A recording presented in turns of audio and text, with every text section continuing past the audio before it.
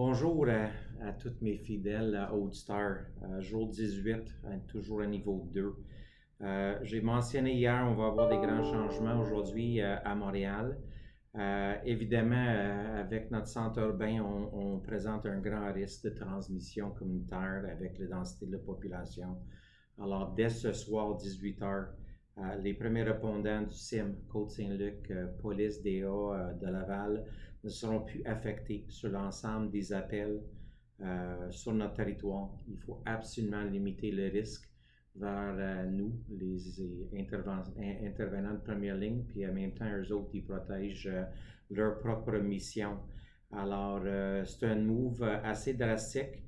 C'est en ligne avec le bulletin clinique du ministère. Évidemment, ça reste à chaque région de déterminer comment c'est déployé. On est en région qui est considérée jaune. Ça veut dire le risque commence à être élevé un petit peu. Alors, est-ce que ça va être hors la province? C'est pas ça qu'on dit, mais pour l'instant, l'édition à Montréal-Laval a été prise par Urgence Santé. On sait que ça, c'est une responsabilité qu'on a comme agence en hospitalier. C'est notre devoir de protéger autant notre staff, la première ligne, et les premiers répondants, tout le monde qui est dans la chaîne. Vraiment, on peut pas devenir un vecteur de transmission.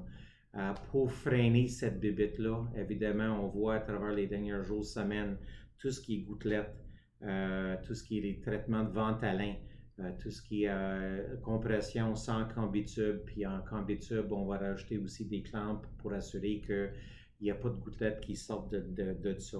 Évidemment, tout ce qui est masque, jaquette, etc.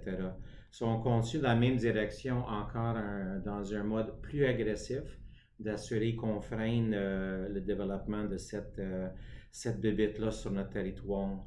Quand on parle de staff, on a 115 paramédics en isolement, quarantaine.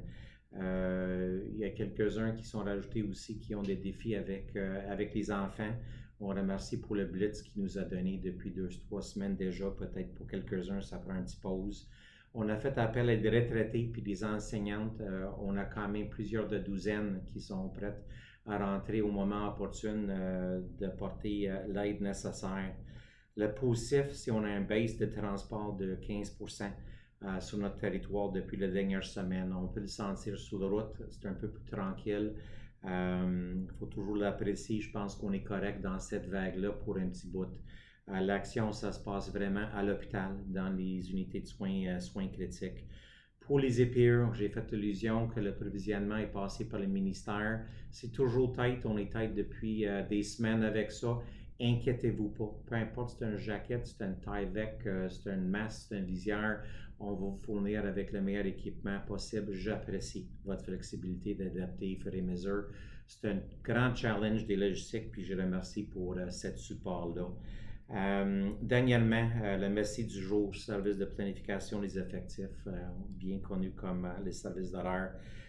Ils ont réussi à continuer leur travail en pleine crise. Même l'AGPH n'était pas terminé au moment où la crise a commencé. Ils ont tout terminé ça. Ils s'en vont en télétravail bientôt. Lâchez pas. On fait un excellent job Urgence Santé. Je pense qu'on rassure la population. Le feedback est très positif.